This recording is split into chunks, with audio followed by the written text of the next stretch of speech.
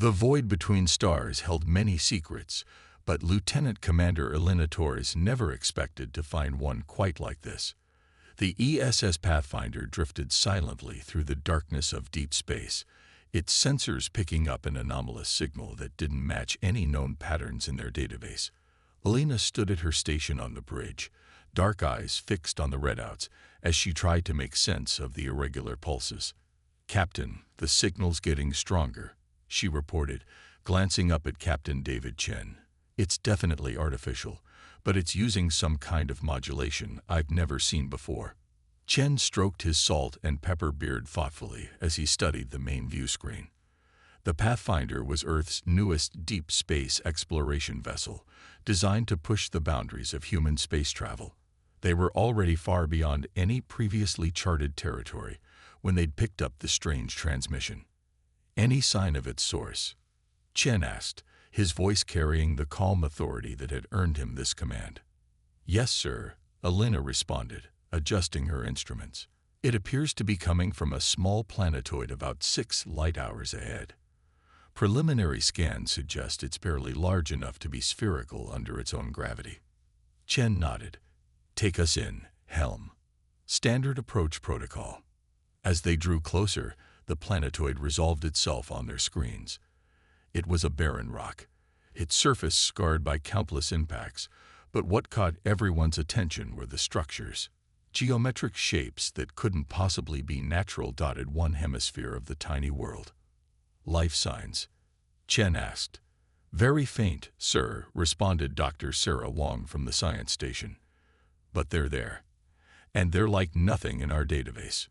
The bridge crew exchanged glances. Humanity had yet to make contact with any intelligent alien life. There had been fossil evidence on Mars, microscopic life on Europa, but nothing sentient. This could be historic. As they established orbit, the signal became clearer. Elena worked with the ship's AI to decode it, and slowly patterns began to emerge. It wasn't just a distress beacon, it was a language. "Captain," Elena called out, excitement creeping into her voice. "I think we can communicate with them. The signal contains mathematical sequences, prime numbers, Fibonacci series. They're using math as a universal language." Chen stood from his command chair. "Open a channel. Let's respond with the same sequences. Show them we understand." For several tense minutes, they exchanged mathematical patterns. Then, suddenly, their screens lit up with a new transmission, this one containing crude but recognizable pictograms. The images told a story that made Elena's heart sink. The aliens, represented by elongated, tentacled figures, had once been part of a vast civilization. But they were different, special. They could survive in environments that would kill most other species. Their civilization had used them to clean up toxic worlds, to make uninhabitable planets livable again. But then came new technology. Machines that could do the same job faster, more efficiently. The civilization had simply left them, abandoned them on this tiny rock with barely enough resources to survive. "They're showing us their food and water supplies," Dr. Wong reported, her voice tight with anger. "They're almost out. They've been rationing for years, but..." Chen's face hardened. "How many of them are there?" "Scans show approximately 300 life forms in the underground structures," Wong replied. "Their power systems are failing too. They've been using most of their remaining energy to keep broadcasting that signal." Elena studied the next set of pictograms they received. "Sir, they're asking if we're from their civilization, coming back for them." Chen stood, his decision already made. "Respond. Tell them no, we're humans, from Earth, and tell them we're going to help them." The response was immediate, a burst of complicated signals that their systems struggled to interpret. When they finally decoded it, Elena felt tears prick at her eyes. The aliens were sending images of their young, their sick, their elderly. They were begging for help, not just for themselves, but for their most vulnerable. "Launch the emergency habitat modules," Chen ordered. "Dr. Wong, begin analyzing their biological needs. Lieutenant Torres, Keep working on improving communications, and send a message to Earth Command. Tell them humanity just made first contact, and we need every available supply ship out here as soon as possible." As the crew sprang into action, Helena couldn't help but think about the cruel irony. Humanity, still new to the stars, discovering an advanced alien civilization, not through their mighty ships or grand cities, but through those they'd thrown away. The next few days were a blur of activity. The aliens, who called themselves the Veraki, were cautiously optimistic as humans worked to establish habitable spaces for them on their small world. Their biology was fascinating. They could process toxic materials that would kill most carbon-based life forms, breaking them down into harmless compounds. Elena worked closely with a Veraki she named Grace. Their actual names were impossible for human vocal cords to reproduce, to develop better communication systems. Grace had been a scientist before their abandonment, studying the very toxins they could process. "Your people," Grace conveyed through their improving translation system. "You help us." "Why?" Elena considered the question carefully. "Because it's right," she finally answered. "Because every life has value, even if others can't see it. Because that's what humans do. We help." Grace's tentacles rippled in what Elena had learned was their equivalent of emotional display. "Others said we had no value, no purpose." "They were wrong," Elena replied firmly. "Your abilities aren't worthless just because someone built a machine that can do something similar. You're not just tools to be used and discarded. You're people." As she watched Grace teach human scientists about their unique biology, Elena realized this wasn't just about saving one alien species. This was humanity's first real test in the galaxy, and their response would show everyone exactly what kind of species humans were. Captain Chen's voice came over the ship's comm system. "All hands, prepare for arrival. The first supply ships from Earth will be here in 20 minutes. This is just the beginning." Elena smiled as she watched Grace's tentacles ripple with hope. Sometimes the greatest discoveries came not from exploring the unknown, but from simply choosing to help those in need. The arrival of Earth's supply ships had transformed the barren planetoid's orbit into a bustling hub of activity. Elena watched from the Pathfinder's observation deck as shuttles ferried supplies and personnel between the ships and the surface. In just 2 weeks, they'd established a proper colony around the original Veraki settlements, complete with hydroponics facilities and permanent power generation. But today was different. Today they had visitors.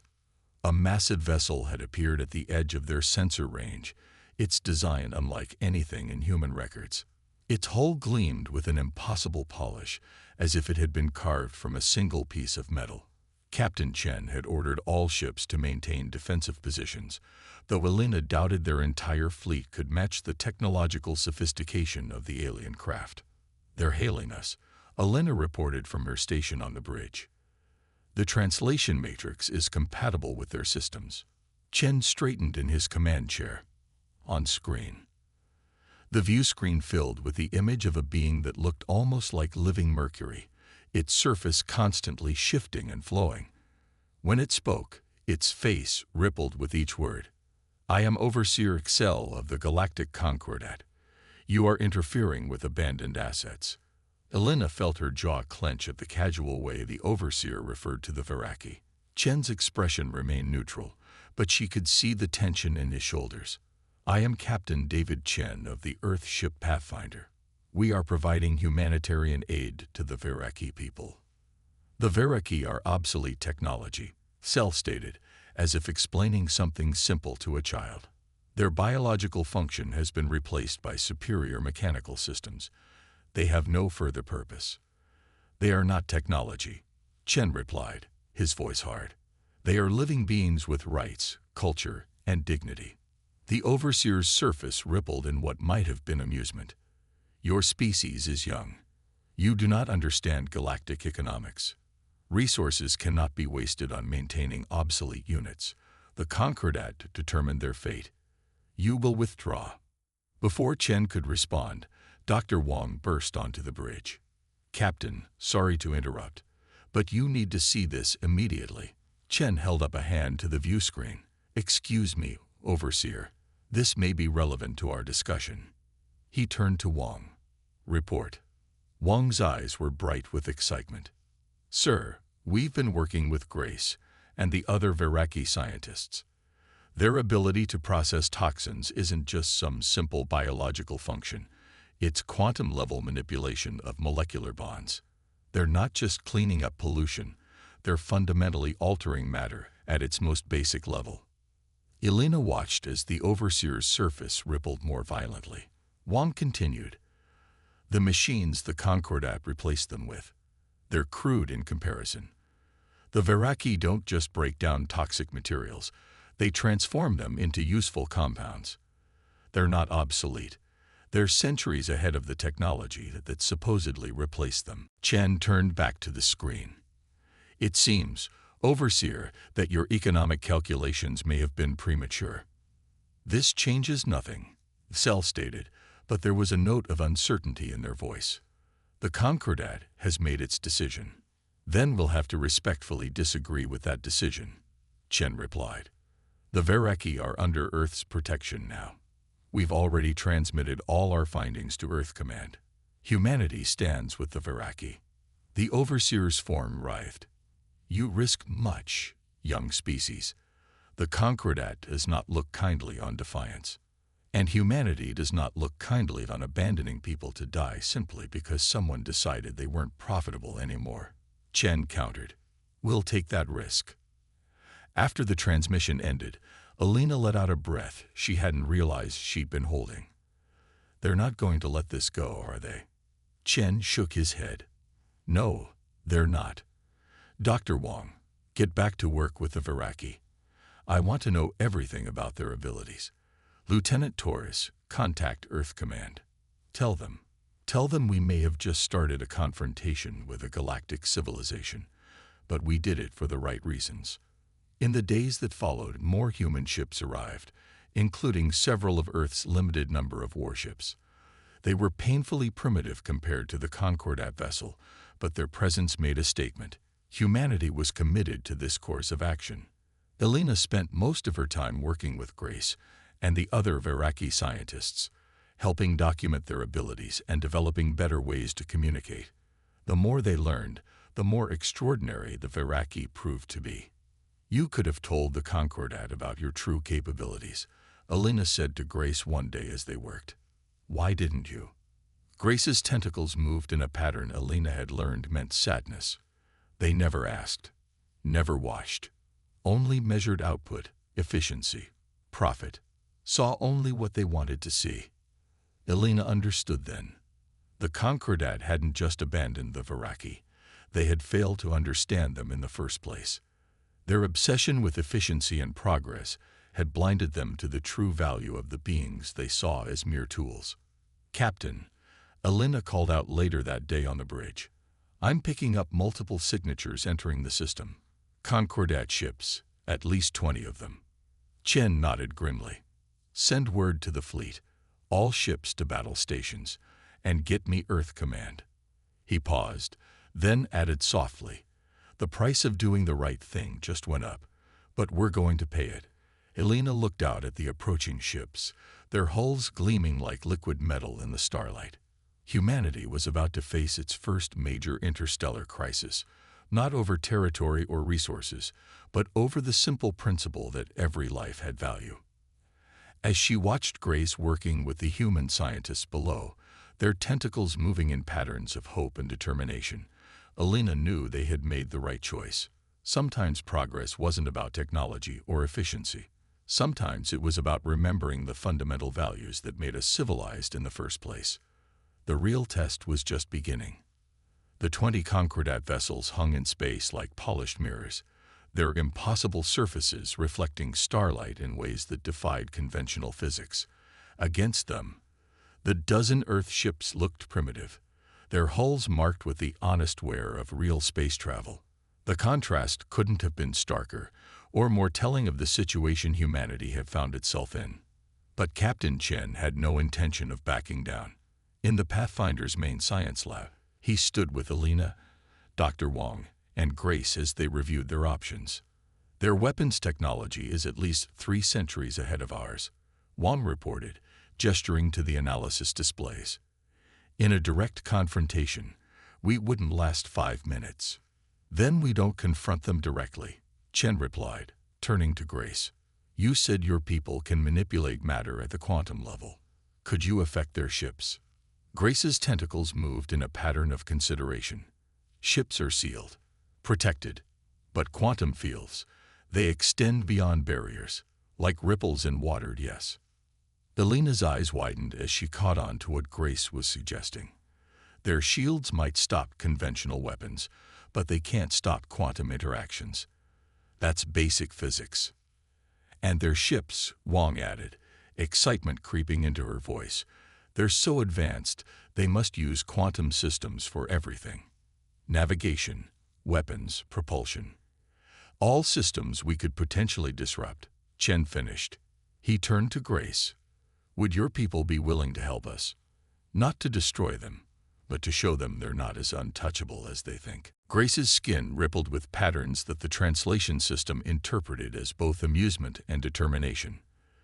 They discarded us like broken tools. Perhaps now they learned tools can think for themselves.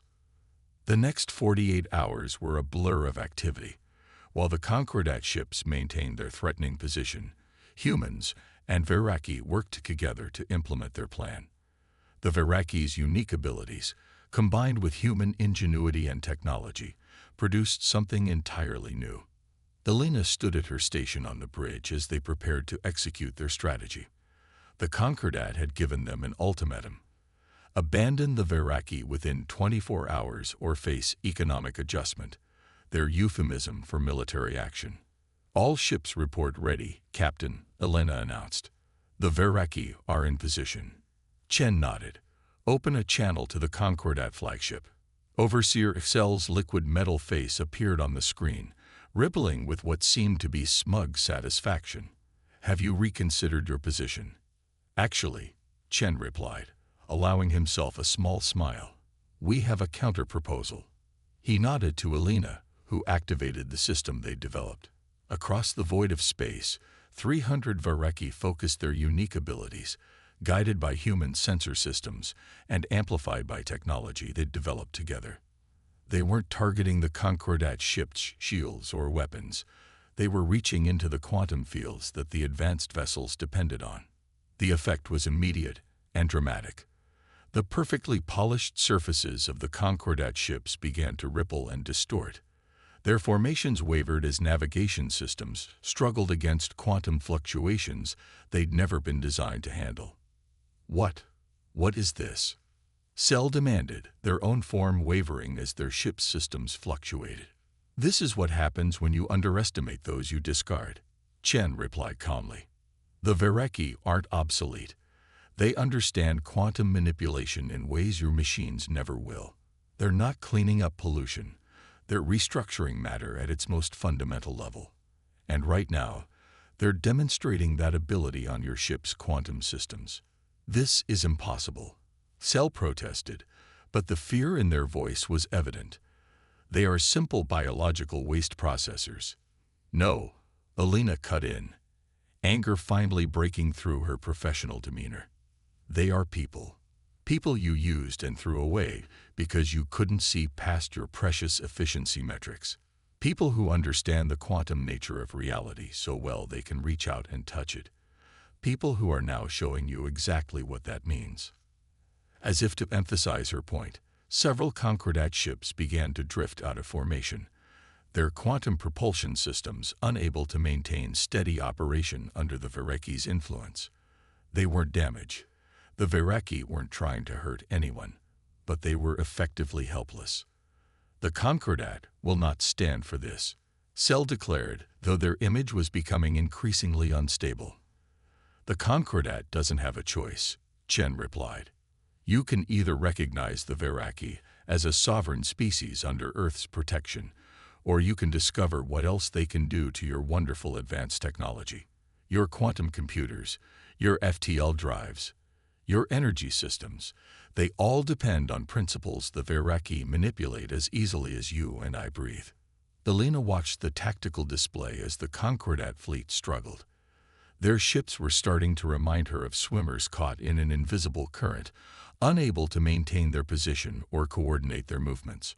All their advanced technology, all their economic might, rendered temporarily useless by the very beings they had discarded. Perhaps, Cell said finally, their voice much less certain, we should discuss terms. Perhaps we should. Chen agreed. Starting with formal recognition of the Veraki as a sovereign species and reparations for their abandonment. As the negotiations began, Elena felt Grace's presence behind her. The Veraki scientist had come to the bridge to witness this moment.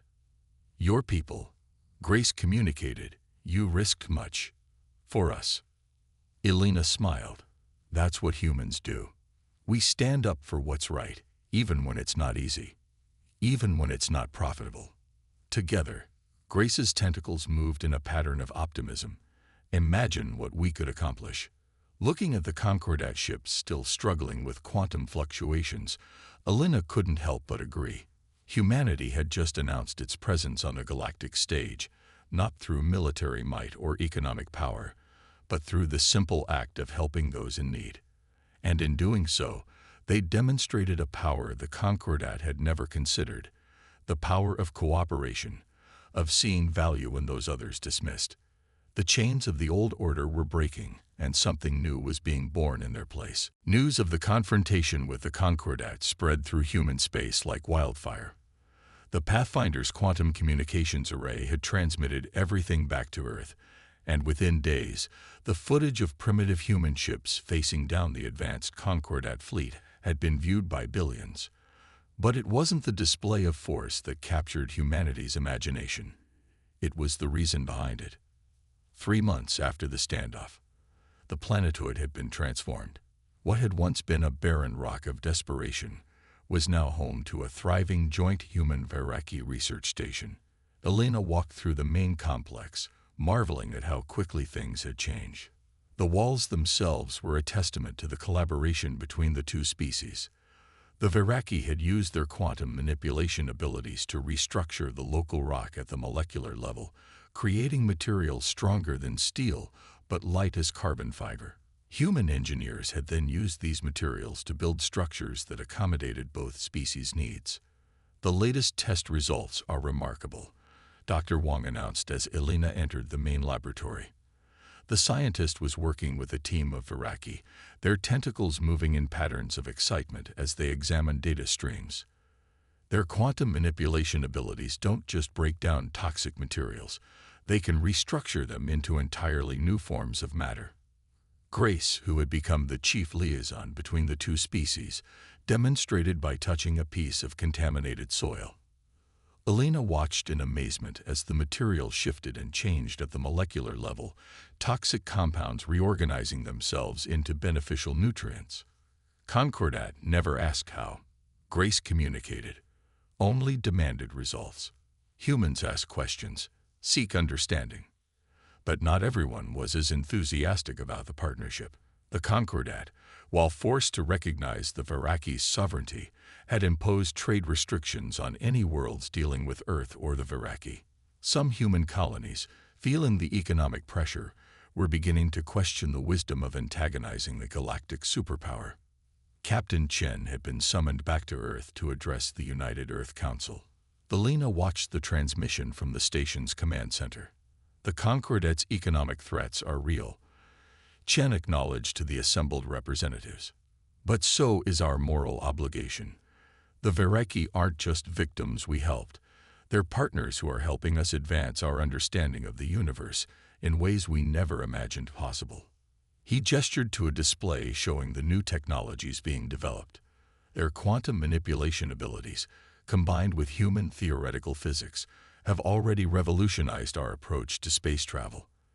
The new hybrid drives we're developing could make FTL travel 10 times more efficient. Their understanding of molecular restructuring could solve our pollution problems, transform our manufacturing processes, even help us terraform hostile worlds. But at what cost? One representative demanded. The Concordat controls most of the established trade routes. Their sanctions could cripple our outer colonies. Then we'll build new trade routes, Chen replied firmly. The Varaki's abilities allow us to establish bases in regions the Concordat considers uninhabitable. We're not just fighting for what's right. We're helping to create something new, something better. Back at the station, Elena was watching a different kind of progress. Young Varaki, who had known nothing but survival for years, were learning alongside human children in the station school. The sight of human kids asking questions about quantum mechanics while their Varaki counterparts learned about Earth's history filled her with hope. But the Concordat wasn't finished with them. Elena's sensors detected the approaching ships first, a fleet 3 times the size of the previous one, accompanied by what appeared to be some kind of massive construction vessel. They're building something in orbit, Elena reported to Chen, who had returned from Earth. Our sensors can't make sense of it, but it's big.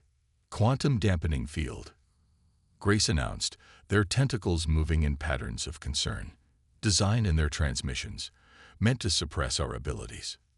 Chen's face hardened. They think they can just turn you off like machines. They still don't understand, Elena realized. They're still treating this like a technical problem to be solved, not a relationship between living beings. The humans and Varaki worked frantically to prepare for the new threat. But this time, they had something they didn't have before. Trust in each other, built through months of working and living together. When the Concordat activated their dampening field, they expected the Varaki to be rendered helpless. Instead, something extraordinary happened. The human ships, modified with hybrid technology developed jointly with the Varaki, acted as quantum amplifiers. The Varaki's abilities, rather than being suppressed, were enhanced. Impossible. Overseer Excel's transmission boomed across space. Our calculations showed the field would nullify their quantum manipulation capabilities. Your calculations didn't account for something, Chen replied calmly. You see us as separate species, as tools to be used or discarded. But we've learned to work together, to combine our strengths. You can't suppress that with a field. The demonstration that followed wasn't just a show of force. It was a display of harmony. Human ships and Varaki abilities worked in concert, their combined efforts creating quantum effects that made the previous confrontation look primitive by comparison. Elena watched from her station as the Concordat's massive dampening field generator began to fold in on itself, its quantum structure gently but irresistibly reorganized by the combined human Varaki technology. The message was clear. No single technology, no matter how advanced, could match the power of 2 species working together in true partnership. Perhaps, Grace communicated as they watched the Concordat fleet retreat. They learned new lesson now. Not about power, about connection. Elena nodded. Unity in adversity hadn't just helped them survive. It had helped them create something entirely new, something that challenged the Concordat's fundamental assumptions about how species should interact with each other. The age of simply discarding those deemed inefficient was ending. A new era of cooperation and mutual respect was beginning, whether the Concordat was ready for it or not.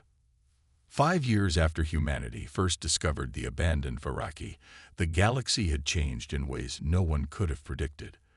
The once barren planetoid where it all began was now home to the Quantum Advancement Institute, a sprawling complex where humans and Varaki worked together to push the boundaries of science and technology. Elena, now Director of Interspecies Relations, stood in the Institute's Grand Observation Dome with Grace, watching ships arrive for the first Galactic Unity Conference. Vessels of all shapes and sizes filled the space around the station, including several displaying the distinctive liquid metal hulls of the Concordat. Did you ever imagine this? Elena asked, watching as a ship of particularly unusual design emerged from quantum space using the new hybrid drive technology they'd developed. Grace's tentacles moved in a pattern of amused reflection. Imagined survival. Found partnership instead. The conference chamber below them was filling with representatives from dozens of species. Some were former Concordat members who had broken away after witnessing the success of human Varaki cooperation. Others were species who, like the Varaki, had been deemed economically non-viable and cast aside. Captain Chen, now Admiral Chen, stepped up to the podium to open the conference. The years had added more silver to his hair, but his presence was as commanding as ever. 5 years ago, he began, humanity made a choice. When we found the Varaki, we could have walked away. The Concordat certainly expected us to. Instead, we chose to help, not because it was profitable, but because it was right. He gestured to the achievements displayed around the chamber, the new quantum drive systems, the revolutionary molecular restructuring technologies, the environmental restoration projects that had already transformed 3 previously toxic worlds. But what we found wasn't just a species in need. We found partners, friends. Together, we've discovered that true progress isn't about discarding the old for the new. It's about learning from each other, growing together, finding value in our differences. The chamber erupted in appreciative gestures from various species. Even the Concordat representatives, initially skeptical of the conference, showed signs of interest. Their own society had begun to change, forced to confront the flaws in their purely economic view of progress. Elena remembered the early days, when they'd first started working with the Varaki. The breakthrough had come not from formal research, but from watching Varaki children play with human kids. The children hadn't seen each other as different species to be studied or used. They'd simply seen potential friends. That simple perspective had led to questions the adults hadn't thought to ask. Why did the Varaki's quantum manipulation work the way it did? What were they actually experiencing when they touched the quantum field? The answers had revolutionized humanity's understanding of physics. A commotion at the chamber entrance drew Elena's attention. A group of beings was arriving, their crystalline bodies catching and refracting light in beautiful patterns. The Lissari, another species the Concordat had abandoned centuries ago, had finally accepted the invitation to join the conference. More come, Grace observed. More understand old way is ending. Elena nodded. The Concordat's philosophy of discarding anything, or anyone, deemed inefficient was crumbling. Species they had abandoned were finding new purpose, new value, through cooperation with humans and each other. The Institute itself was a testament to this new approach. Its very structure was a blend of multiple species technologies and insights. The quantum-enhanced materials developed by human Varaki teams formed its bones. Lissari crystal arrays powered its computational systems. Other species had contributed their own unique perspectives and abilities. But more importantly, it was home to families, human, Varaki, and others living and working together. Children of different species played in parks designed to accommodate all their needs. It wasn't just a research facility, it was a community. Admiral Chen, a Concordat representative, asked during the discussion period, "How do you measure the success of this collaboration? What metrics do you use?" Chen smiled. "Walk through our halls. Watch our children play together. See how each species brings unique insights that benefit all. Some things can't be measured in credits or efficiency ratings." The representative's liquid metal face rippled in what might have been thoughtfulness. More and more Concordat members were beginning to question their old assumptions. Later, in the Institute's garden dome, Elena found Grace teaching a group of mixed-species children about quantum fields. The Varaki scientist was using their abilities to create beautiful patterns in the air, while the children asked questions and tried to understand. "The next generation," Grace communicated, noticing Elena's presence. "They see no barriers, only possibilities." Elena watched as a human child and a Varaki child worked together to understand a quantum interaction, while a young Lissari offered insights from their own species' perspective. This, she realized, was true progress, not the relentless march of efficiency, but the organic growth of understanding between different peoples. The galaxy was changing. The old hierarchies were giving way to new networks of cooperation. Species that had been abandoned were finding new purpose through collaboration. And at the heart of it all was a simple truth. Every life had value. Every perspective offered insight. and together they were stronger than they could ever be alone. As the conference continued below, Elena saw more ships arriving, more species coming to learn, to contribute, to be part of something new. Humanity's choice to help one abandoned species had sparked a revolution not of technology or economics, but of understanding. A new dawn had truly begun, and its light was reaching further than anyone could have imagined.